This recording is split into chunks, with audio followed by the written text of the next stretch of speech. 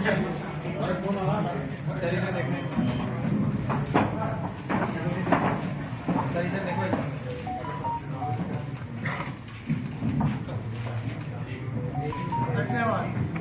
You.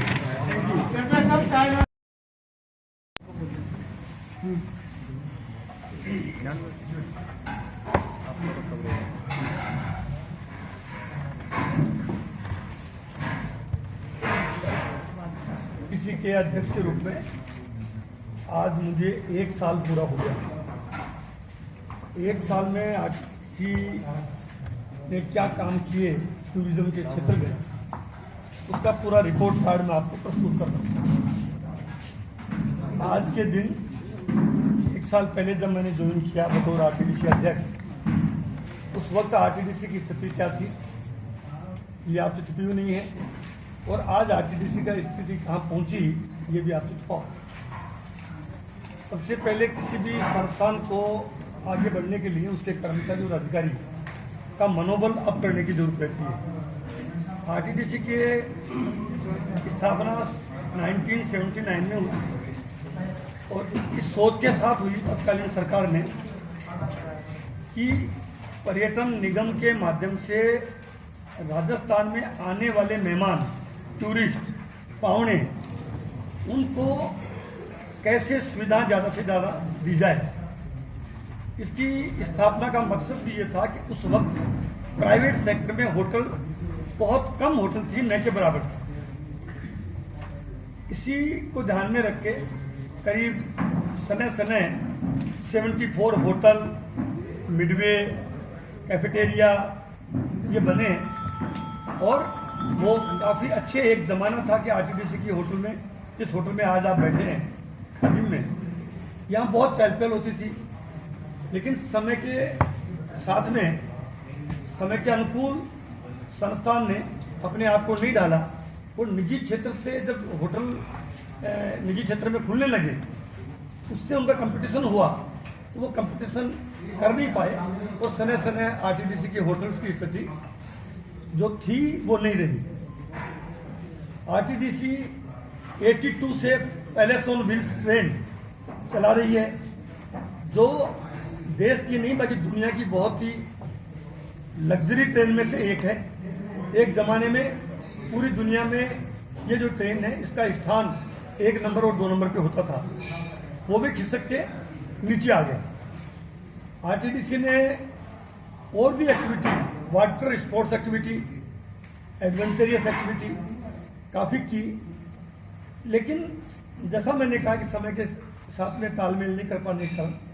गिरावट आई। आज देख रहे हो खादिम की स्थिति जो थी उससे कहाँ, तो बड़ा चैलेंज था। लेकिन राजस्थान के मुख्यमंत्री जी की मंशा थी, और मुझे जब ये जिम्मेदारी दी थी, ये सोच के दी होगी, और सोच के ही दी कि आरटीसी की काया पलट कर दी। मुख्यमंत्री जी का आशीर्वाद प्राप्त था और मेरे में काम करने की इच्छा थी। तो जिस दिन मैंने अध्यक्ष के रूप में ज्वाइन किया, पहली प्रेस कॉन्फ्रेंस में मैंने कहा कि मैं मेरे कर्मचारी और अधिकारी को सैलरी 1 तारीख को दूंगा, जो सैलरी 8 महीने तक सैलरी नहीं मिली थी। कर्मचारी जो सेवानिवृत्त हो गए थे, 5 साल से ज़्यादा भी हो गया था, उनको पेमेंट भी नहीं हो पा रहा था। आरटीसी की स्थिति ये बन गई थी, बीजेपी के राज में तो ताले लगने की स्थिति आ गई थी, आरटीसी को बंद करने की बातें भी चलने लगी थी, तो चैलेंज, चुनौती बढ़ी थी। लेकिन मैंने कहा कि जब मुख्यमंत्री जी का आशीर्वाद हो और काम करने की इच्छा शक्ति हो, तो कोई भी काम असंभव नहीं। तो जैसा मैंने कहा कि 1 तारीख को तनख्वाह दूंगा, और पैलेस ऑन व्हील जो बंद पड़ी थी, उस पैलेस ऑन व्हील को वापस पटरी पे दौड़ाऊंगा। उस वक्त लोगों को गड़े नहीं उतरी, लेकिन आज वो बात, हमारे कर्मचारी और अधिकारी को तनख्वाह ने केवल 1 तारीख को देना प्रारंभ किया, पैलेस ऑन व्हील को भी चलाया, और आरटीसी के कर्मचारियों का जो जो बकाया भुगतान थे वो भुगतान किए। आरटीसी के कर्मचारियों का प्रमोशन, तमाम कर्मचारी अधिकारियों का प्रमोशन किए, RGHS दिया, और अब तो बजट में 10 तारीख को जो बजट पेश हुआ, राजस्थान के सभी बोर्ड और निगम में माननीय मुख्यमंत्री जी ने ओल्ड पेंशन स्कीम भी शुरू कर दी, जो बहुत बड़ा क्रांतिकारी फैसला है। तो 1 साल की उपलब्धि, कर्मचारी और अधिकारी इतने उत्साहित हैं कि आपको पता लगेगा कि आने वाला जो समय 2023 का जो इलेक्शन है उसमें कर्मचारी और अधिकारी की भूमिका क्या रहने वाली है, ये आप देखेंगे कि एक समय था जब कर्मचारी अधिकारी हमारी जब पहली बार अशोक गहलोत जी मुख्यमंत्री बने तब उनकी नाराजगी थी, संवादहीनता की वजह रही, हड़ताल भी हुई और हमारी सरकार उस वक्त जो गई उसमें एक प्रमुख कर्मचारियों की हड़ताल भी थी। आज वही कर्मचारी अशोक गहलोत जी की फिर सरकार 2023 में बनाने के लिए कृत संकल्पित है, ये मैं दावे से आपको कह सकता हूँ। आरटीपीसी की होटलों की हमने स्थिति को काफी ठीक किया, खादिम की भी स्थिति हमने ठीक की है। 10 होटलों को हमने चिन्हित करके माननीय मुख्यमंत्री जी ने बजट दिया और उससे हमारी जो पुष्कर की जो होटल है सरोवर, जो आप देखा कि सरोवर पे बहुत अच्छी होटल थी, उसमें हमने काम शुरू कर रखा है, खादिम में शुरू कर रखा है, जयपुर की गंगोर में कर रखा है, सवाई माधोपुर की झूमर बावड़ी में कर रखा है, अलवर की सीढ़ी सेठ में काम चालू है, नाथद्वारा की गोकुल हमारी होटल आरटीटीसी की उसमें काम चालू है, जोधपुर की जो होटल है घूमर उसमें काम चालू है, उदयपुर की कदरी है उसमें काम चालू है। यानी जो होटल अच्छी हो सकती हैं उसके लिए माननीय मुख्यमंत्री जी ने बजट भरपूर दिया, उसकी वजह से हमारी होटलों की स्थितियां आप देखेंगे आने वाले 6 महीने के अंदर अंदर आपको सारी ये होटल जो मैंने नाम बताए वो आपको बिल्कुल बहुत ही सुंदरतम स्थिति में मिले। आरटीडीसी के सबसे बड़ा काम जो हमने हेलीकॉप्टर जो राइड जैसलमेर में हमने शुरू किया, वो भी एक इतना बड़ा काम है कि पूरे पर्यटन क्षेत्र में मतलब उस खुशी का ठिकाना नहीं रहा, बहुत नया काम हुआ है। अभी पुष्कर में हमारी ये कोशिश है, जो होली महोत्सव है मतलब नया फेस्टिवल, बहुत मुश्किल से नया फेस्टिवल, अब तक कभी नया मेला नया फेस्टिवल नहीं हुआ है। पुष्कर में हम 4 दिन में जो होली आ रही है, होली महोत्सव का स्पेशल फेस्टिवल करेंगे जिसमें तमाम तरह की मतलब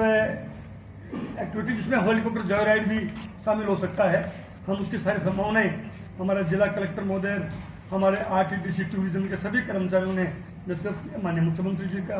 माननीय पर्यटन मंत्री जी से सबसे विचार विमर्श करके कि ये जो महीना है मार्च का महीना, ये पूरे राजस्थान में ब्लॉक स्तर से लेके जिला स्तर से लेके प्रदेश स्तर पे